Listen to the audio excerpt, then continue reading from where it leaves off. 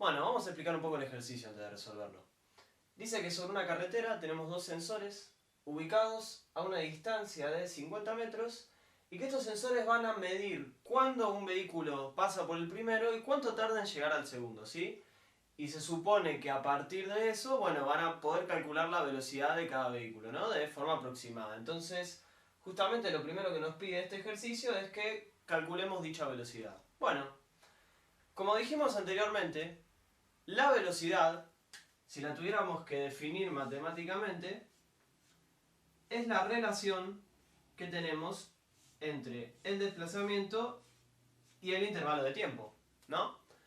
Pero habíamos dicho que esto no funcionaba siempre, que esto funcionaba nada más para los casos en los que mi velocidad fuera constante, ¿sí? Si no entendieron bien esa parte, les recomiendo volver a la parte donde lo explico y después venir hasta acá, ¿sí? Bien, entonces, en un movimiento con velocidad constante, que efectivamente es lo que nos están diciendo en este enunciado, ¿cómo hacía para conocer yo la velocidad del vehículo? Bueno, bastaba nada más con conocer cualquier desplazamiento del vehículo, siempre y cuando yo sepa cuánto tiempo tardó en recorrer ese desplazamiento. Y efectivamente nosotros podemos hacerlo a partir de la información que nos dan con los sensores, ¿no? Sabemos que nuestro vehículo recorre los dos sensores que están ubicados a una distancia de 50 metros, uno respecto del otro, y que demora un intervalo de 2 segundos en ir desde el primer hasta el segundo sensor. Entonces tengo mi desplazamiento, que son 50 metros, y conozco el tiempo en el cual se demora el vehículo en recorrer ese desplazamiento, que son 2 segundos. Entonces, como sabemos por el enunciado que la velocidad es constante, podemos efectivamente dividir esos dos valores para averiguar la velocidad. Dijimos que el desplazamiento es de 50 metros y el intervalo de tiempo es de 2 segundos. Recuerden que con 50 metros no estoy diciendo que el vehículo está en la posición 50 metros, estoy hablando de un desplazamiento, ¿sí? Es un recorrido, es la distancia que hay entre los dos sensores. Y lo mismo con el tiempo. Cuando digo 2 segundos, no estoy hablando de que todo esto ocurre en el instante 2 segundos. Estoy hablando de que el lapso de tiempo que hay entre el momento en el cual el móvil pasa por el primer sensor hasta que pasa por el segundo es de 2 segundos. Y efectivamente, teniendo ya los datos, resolvemos la división y nos arroja un valor de 25 metros sobre segundo. ¿Qué significa esto? Bueno, que por cada unidad de tiempo medida en segundos, nuestro móvil va a recorrer una distancia de 25 metros. Bien, vayamos con la pregunta B. En la misma me piden que yo averigüe en qué posición se va a encontrar este vehículo a las 17 horas. Vamos a tratar de resolver eso utilizando nuestra ecuación horaria. Vamos a anotar la misma, que decía que la posición para cada tiempo es igual a la velocidad por el instante de tiempo menos el instante inicial más la posición inicial. ¿Sí? Esta ecuación funciona justamente para que indicando cada instante de tiempo, la misma me devuelva la posición en la que se encuentra el móvil en ese instante de tiempo o viceversa. Pero antes de utilizar la misma, recuerden que teníamos que definir cuáles iban a ser nuestras condiciones iniciales de movimiento. ¿Y cómo podemos definir esas condiciones? Bueno, justamente la posición inicial y el instante inicial podría ser cualquier posición para la cual yo conozca justamente en qué instante el móvil se encuentra en esa posición. Si prestan atención al enunciado, verán que dice que este vehículo está pasando por el kilómetro 84 a las 14 horas. Así que podríamos tomar ese punto como nuestras condiciones iniciales. Vamos a decir que la posición inicial es el kilómetro 84 y que el instante inicial son las 14 horas. Y con eso tenemos definidas nuestras condiciones iniciales. Ahora bien, recuerden que las condiciones iniciales no tienen por qué indicarme que no está ocurriendo nada antes de mi movimiento. Es decir, no estamos suponiendo que nuestro vehículo se empieza a mover a las 14 horas en el kilómetro 84. Solamente estamos aclarando que vamos a medir las distancias y los intervalos de tiempo a partir de este punto que está acá. Pero poniendo horas posteriores a las 14 horas voy a poder conocer posiciones futuras del vehículo E incluso también, si pongo instantes anteriores a las 14 horas, como vamos a hacer en el ejercicio C, vamos a poder averiguar posiciones anteriores al kilómetro 84. Bien, una vez que reemplazamos las condiciones iniciales en nuestra ecuación horaria, verán que en la misma solamente nos quedan dos variables. Las mismas son el instante de tiempo y la posición. ¿Y de qué instante y de qué posición estamos hablando? Bueno, de ninguno en particular, simplemente de cualquiera que nosotros queramos. Es decir, indicando el horario en el cual queremos conocer la posición, justamente nuestra ecuación horaria nos va a decir cuál es la posición que le corresponde para ese horario. Y en este caso, que no significa que pasen todos, también podemos realizar la operación inversa, es decir, poniendo determinada posición, podemos averiguar en qué instante de tiempo el móvil pasó por esa posición. Ahora, ¿qué nos pregunta nuestro ejercicio B? Bueno, el mismo nos dice que averiguamos la posición del móvil a las 17 horas. Es decir, que nuestro instante de tiempo podría ser las 17 horas para que nuestra posición nos diga dónde se encontraba el móvil a las 17 horas. Vamos a reemplazarlo. Bien, y una vez reemplazado podemos proceder a resolver nuestra ecuación. Es decir, podemos empezar resolviendo esta resta, 17 horas menos 14 horas. Sabemos que el resultado nos da algo así como 3 horas.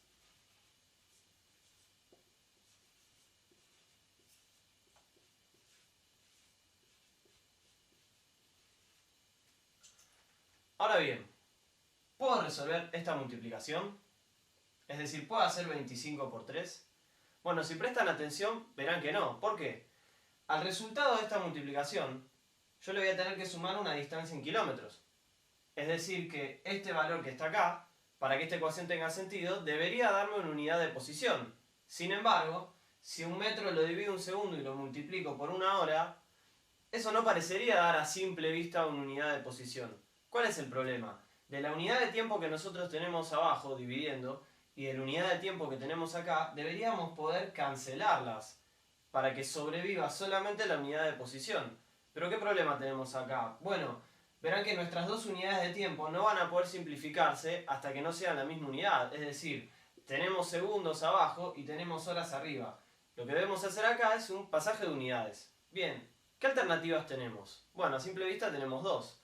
Nuestro tiempo medido en horas, podemos pasarlo a un tiempo medido en segundos. O de la misma forma, nuestra unidad de velocidad medida en metros sobre segundo, podemos convertirla a cualquier unidad en la cual en la unidad de tiempo aparezca la hora. Vamos a optar por la segunda opción. ¿Por qué? Bueno, porque para los intervalos de tiempo que estamos midiendo y las distancias que estamos midiendo, que podríamos decir obviamente de forma relativa que son distancias y tiempos largos, capaz es más conveniente medir los tiempos en horas y medir las distancias en kilómetros. Entonces vamos a pasar nuestra velocidad de metros sobre segundo a una unidad que les sonará familiar, que son los kilómetros por hora. Bien, presten atención. Supongamos que tengo una velocidad de 1 kilómetro por hora. ¿Qué significa que un móvil tiene esta velocidad? Bueno, que por cada unidad de tiempo, que en este caso es una hora, el móvil recorrerá una distancia de 1 kilómetro. Ahora, expresemos estos números en las unidades correspondientes a la unidad del metro sobre segundo. Es decir, 1 kilómetro. ¿A cuántos metros equivale? Bueno, sabemos que 1 kilómetro es igual a 1000 metros. ¿Lo recuerdan, no? Y sabemos que una hora equivale a 3600 segundos. Si resolvemos esta división simplificando los ceros, podemos decir que 1 kilómetro por hora equivale a 10 sobre 36 metros sobre segundo. Ahora bien, vamos a pasar nuestra fracción, que está multiplicando al metro sobre segundo, al otro lado de la igualdad. Todos sabemos que cuando pasamos una fracción que se encuentra multiplicando, hay que invertir la fracción para que siga multiplicando. También pueden pensarlo de la siguiente manera. El 36 que está dividiendo, lo paso al otro lado multiplicando, y el 10 que está multiplicando, lo paso al otro lado dividiendo. Obviamente desaparecen de este lado. Y nos queda que 36 sobre 10 por 1 kilómetro por hora es igual a 1 metro sobre segundo.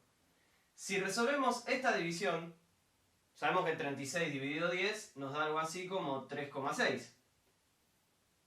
y que 3,6 por 1 es algo así como 3,6. Y acá tenemos nuestra igualdad. 3,6 kilómetros por hora equivalen a 1 metro sobre segundo. Es decir, para pasar de kilómetros por hora a metros sobre segundo, tengo que dividir el número por 3,6 para que nos vuelva a dar 1. Y para pasar de metros sobre segundo a kilómetro por hora, tengo que multiplicar ese número por 3,6. ¿Se entendió? Bien, entonces, si a nuestra velocidad de 25 metros sobre segundo la multiplicamos por 3,6, verán que nos da un resultado de 90, pero ahora es kilómetros por hora. Bien, una vez que modificamos nuestra velocidad, verán que ya la cuenta queda muy simple. Solamente debo resolver 90 por 3, sabiendo que, como se cancelan las horas, nuestro resultado nos va a dar en kilómetros, y al resultado sumarle 84 kilómetros. Es decir, 90 por 3 nos da 270 kilómetros, es decir, lo que avanzó nuestro vehículo, pero hay que tener en cuenta que ya se encontraba en el kilómetro 84. Es decir, la posición en la cual va a terminar nuestro vehículo a las 17 horas es algo así como 354 kilómetros.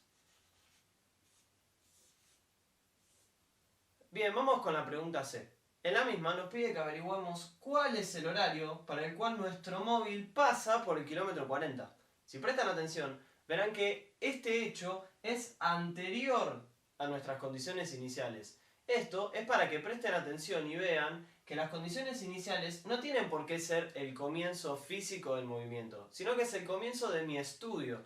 Yo elijo comenzar a estudiar este vehículo cuando pasa por el kilómetro 84, pero si se cumplen ciertas condiciones, que en este caso es que su velocidad sea constante, tanto después como antes de ese momento, yo también voy a poder aplicar mi ecuación para resolver situaciones anteriores a mis condiciones iniciales.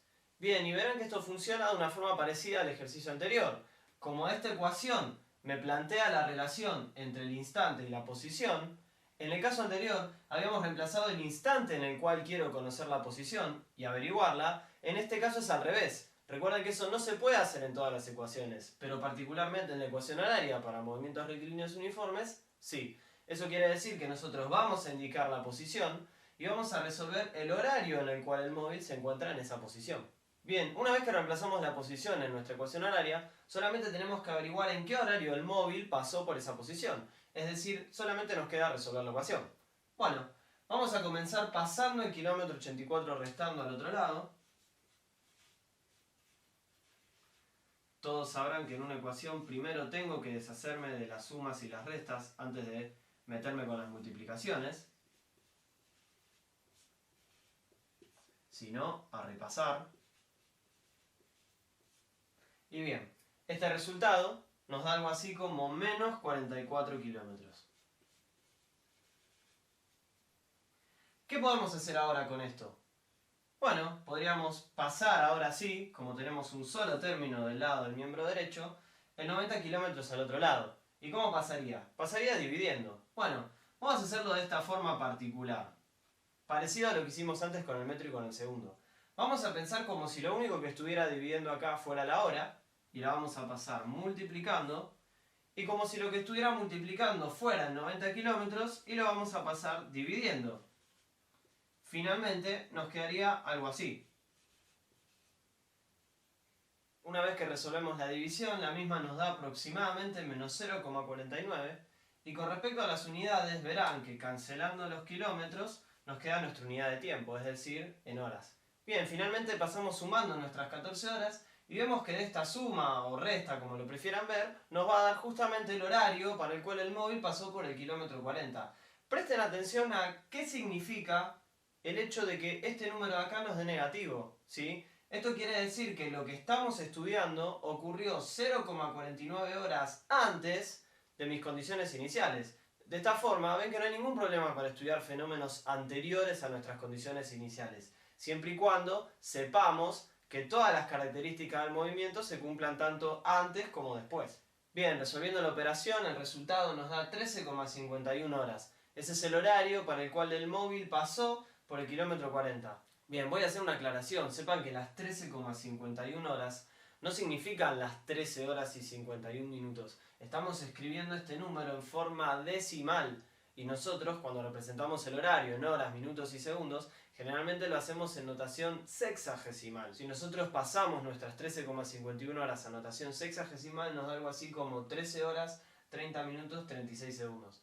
Para aquellos curiosos que quieran saber cómo lo hice, después se los puedo explicar en la descripción del video. Bien, y este era un poco el objetivo de realizar un ejercicio a modo de ejemplo, ¿sí? Que ustedes entiendan que nuestra ecuación horaria sirve para, una vez que definimos nuestras condiciones iniciales del movimiento, es decir, la posición inicial, el instante inicial y la velocidad, la misma nos va a permitir conocer cada posición que ocurra en cada tiempo, o en este caso viceversa. Hago una última aclaración y es que sepan que la velocidad en nuestro caso funciona como condición inicial y se mantiene constante a lo largo de todo el movimiento, bueno, porque justamente estamos estudiando un movimiento con velocidad constante. Pero no siempre la velocidad va a ser una condición inicial para todos los movimientos. Cuando tengamos movimientos con velocidad variada, vamos a tener una velocidad con la cual vamos a empezar a estudiar el movimiento, que vamos a llamar velocidad inicial, pero no necesariamente todas las velocidades que le sigan a la misma van a ser constantes. Es decir, nuestra condición inicial pasaría de ser la velocidad, que es la misma para todo el ejercicio, a ser la velocidad inicial, que es una velocidad que ocurre en determinado momento del estudio, que es cuando comienzo a hacerlo.